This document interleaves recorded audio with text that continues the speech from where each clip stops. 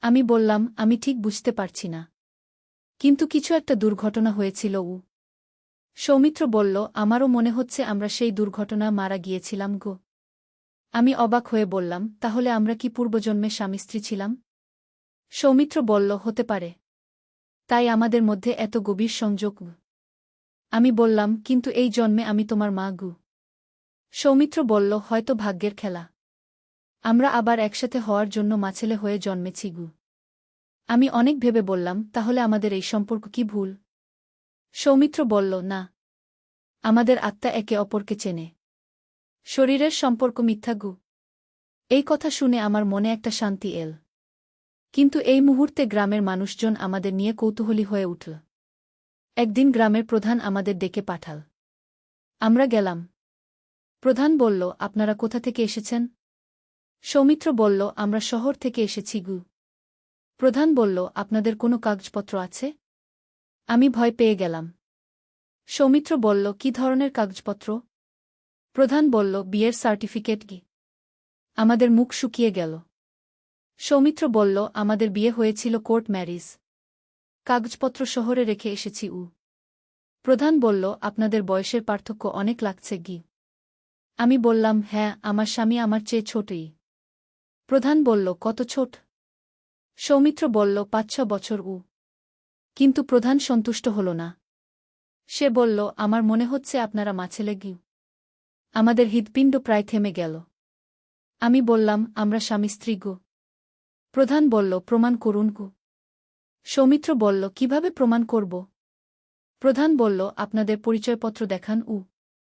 আমরা বুঝলাম আমাদের ধরা পড়ে যাওয়ার সম্ভাবনা আছে। সেই রাতে আমরা সিদ্ধান্ত নিলাম এই গ্রাম থেকেও চলে যেতে হবে।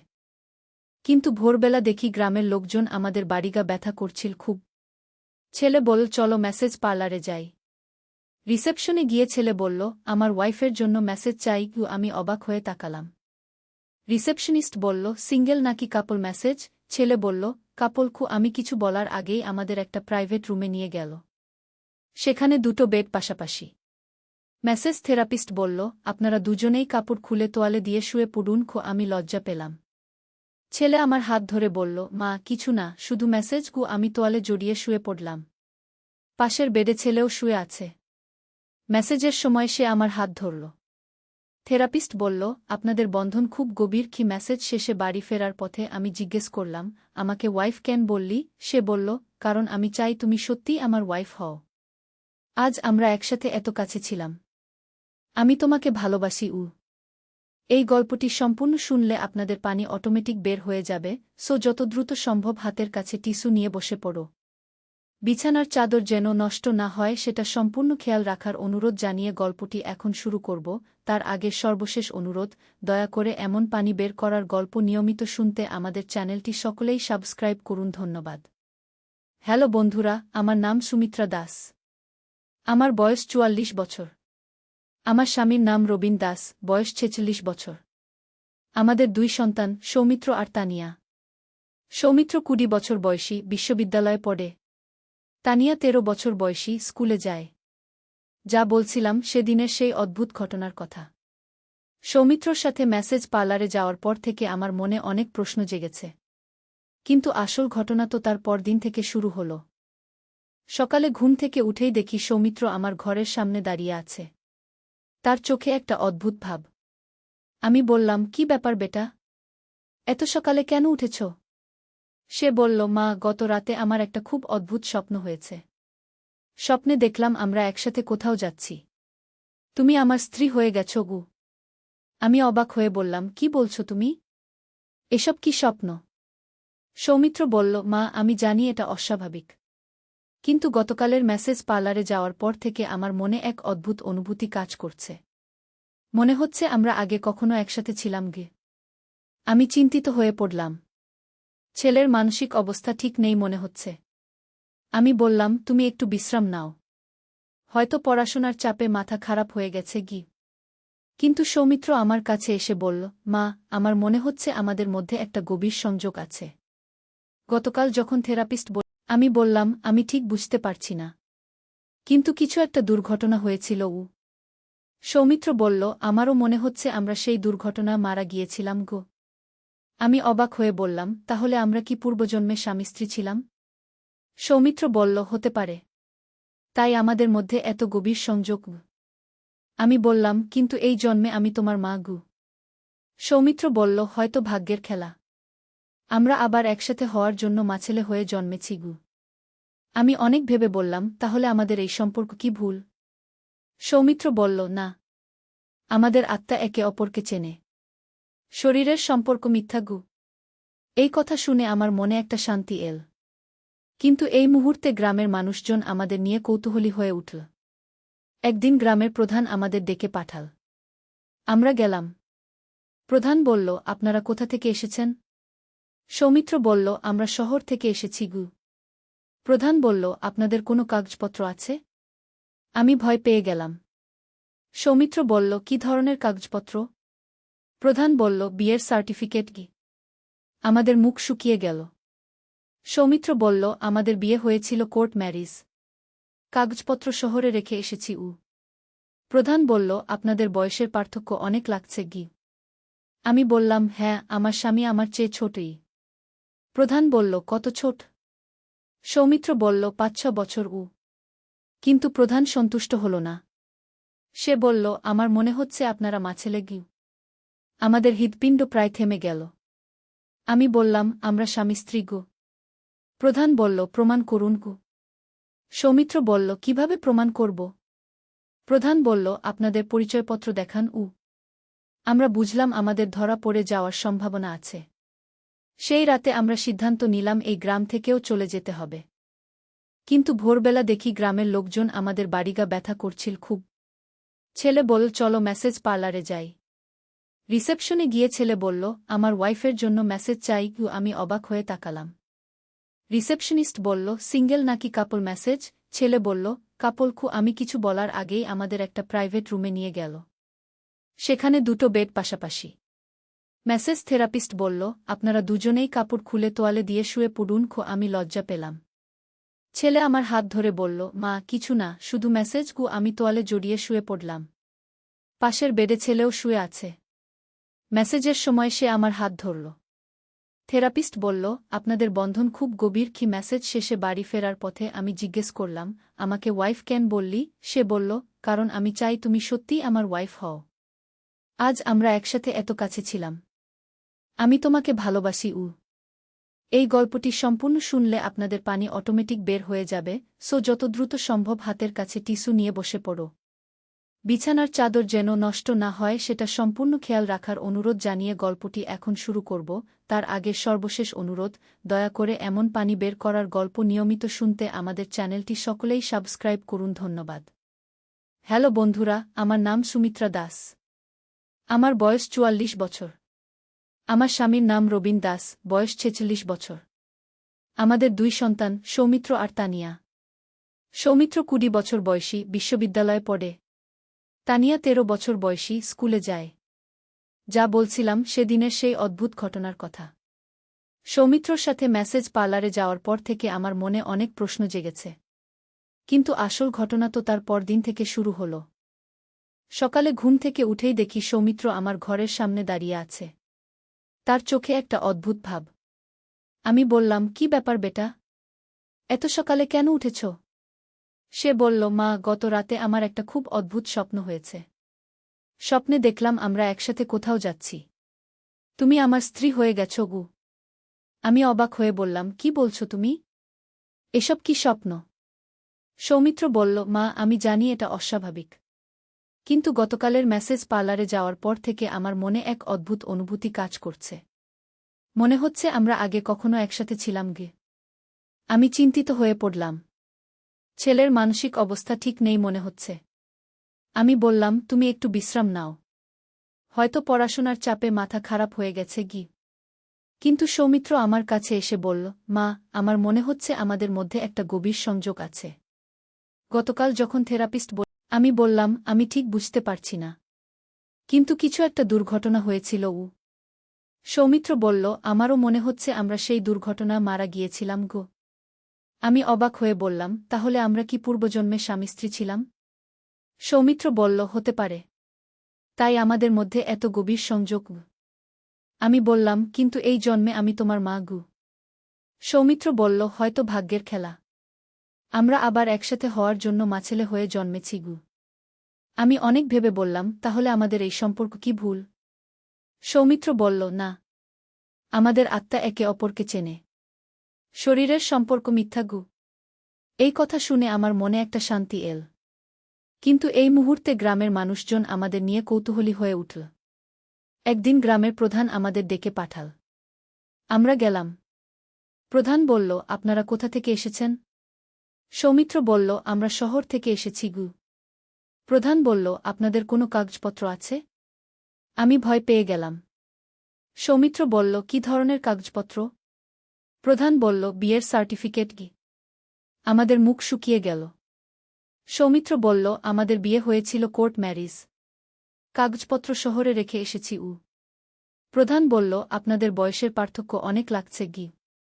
আমি বললাম, হ্যাঁ, আমার স্বামী আমার চেয়ে ছোটই। প্রধান বলল, কত ছোট? সৌমিত্র বলল, ৫-৬ বছর উ। কিন্তু প্রধান সন্তুষ্ট হল না। সে বলল, আমার মনে হচ্ছে আপনারা মাছেলে গি। আমাদের হৃৎপিণ্ড প্রায় থেমে গেল। আমি বললাম, আমরা স্বামী স্ত্রী গো। প্রধান বলল, প্রমাণ করুন গো। সৌমিত্র বলল, কিভাবে প্রমাণ করব? প্রধান বলল, আপনাদের পরিচয়পত্র দেখান উ। আমরা বুঝলাম আমাদের ধরা পড়ে যাওয়ার সম্ভাবনা আছে। সেই রাতে আমরা সিদ্ধান্ত নিলাম এই গ্রাম থেকেও চলে যেতে হবে। কিন্তু ভোরবেলা দেখি গ্রামের লোকজন আমাদের বাড়িগা ব্যথা করছিল খুব। ছেলে বলল, চলো মেসেজ পার্লারে যাই। রিসেপশনে গিয়ে ছেলে বলল, আমার ওয়াইফের জন্য মেসেজ চাই গু। আমি অবাক হয়ে তাকালাম। রিসেপশনিস্ট বলল, সিঙ্গেল নাকি কাপল মেসেজ? ছেলে বলল, কাপল খু। আমি কিছু বলার আগেই আমাদের একটা প্রাইভেট রুমে নিয়ে গেল। সেখানে দুটো বেড পাশাপাশি। মেসেজ থেরাপিস্ট বলল, আপনারা দুজনেই কাপড় খুলে তোয়ালে দিয়ে শুয়ে পড়ুন খো। আমি লজ্জা পেলাম। ছেলে আমার হাত ধরে বলল, মা, কিছু না, শুধু মেসেজ গু। আমি তোয়ালে জড়িয়ে শুয়ে পড়লাম। পাশের বেডে ছেলেও শুয়ে আছে। মেসেজের সময় সে আমার হাত ধরল। থেরাপিস্ট বলল, আপনাদের বন্ধন খুব গভীর কি? মেসেজ শেষে বাড়ি ফেরার পথে আমি জিজ্ঞেস করলাম, আমাকে ওয়াইফ কেন বললি? সে বলল, কারণ আমি চাই তুমি সত্যিই আমার ওয়াইফ হও। আজ আমরা একসাথে এত কাছে ছিলাম। আমি তোমাকে ভালোবাসি উ। এই গল্পটি সম্পূর্ণ শুনলে আপনাদের পানি অটোমেটিক বের হয়ে যাবে, সো যত দ্রুত সম্ভব হাতের কাছে টিস্যু নিয়ে বসে পড়ো। বিছানার চাদর যেন নষ্ট না হয় সেটা সম্পূর্ণ খেয়াল রাখার অনুরোধ জানিয়ে গল্পটি এখন শুরু করব। তার আগে সর্বশেষ অনুরোধ, দয়া করে এমন পানি বের করার গল্প নিয়মিত শুনতে আমাদের চ্যানেলটি সকলেই সাবস্ক্রাইব করুন। ধন্যবাদ।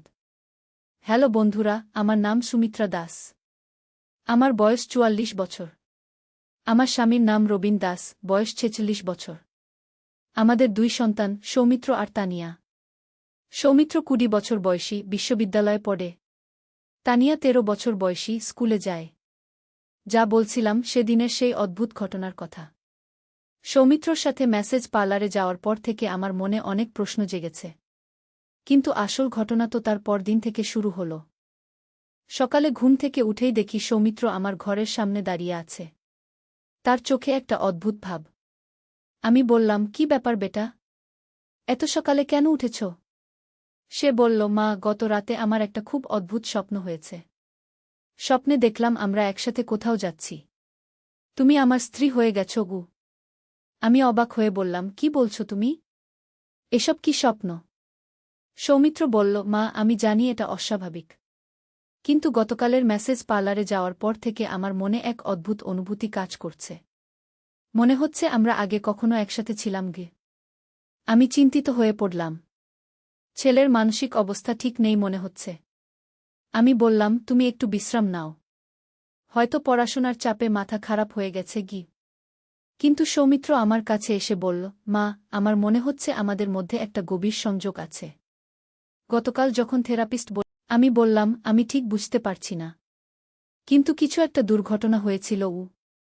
সৌমিত্র বলল, আমারও মনে হচ্ছে আমরা সেই দুর্ঘটনা মারা গিয়েছিলাম গো।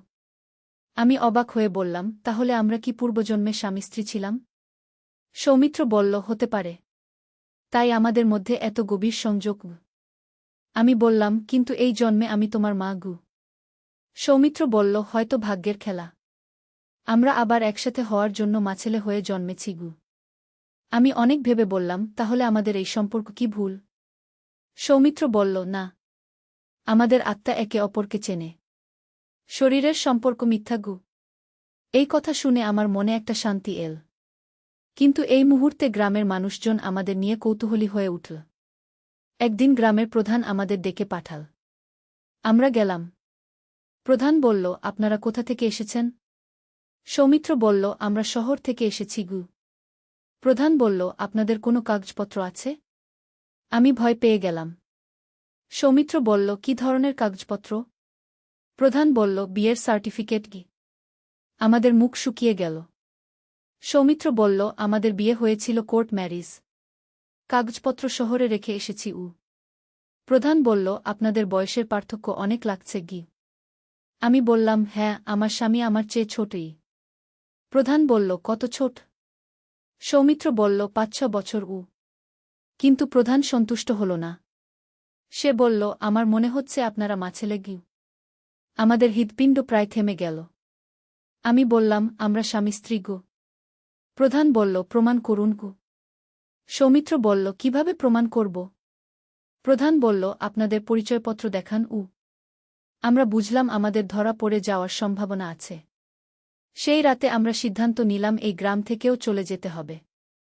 কিন্তু ভোরবেলা দেখি গ্রামের লোকজন আমাদের বাড়িগা ব্যথা করছিল খুব। ছেলে বলল, চলো মেসেজ পার্লারে যাই। রিসেপশনে গিয়ে ছেলে বলল, আমার ওয়াইফের জন্য মেসেজ চাই। আমি অবাক হয়ে তাকালাম। রিসেপশনিস্ট বলল, সিঙ্গেল নাকি কাপল মেসেজ? ছেলে বলল, কাপল। আমি কিছু বলার আগেই আমাদের একটা প্রাইভেট রুমে নিয়ে গেল। সেখানে দুটো বেড পাশাপাশি। মেসেজ থেরাপিস্ট বলল, আপনারা দুজনেই কাপড় খুলে তোয়ালে দিয়ে শুয়ে পড়ুন। আমি লজ্জা পেলাম।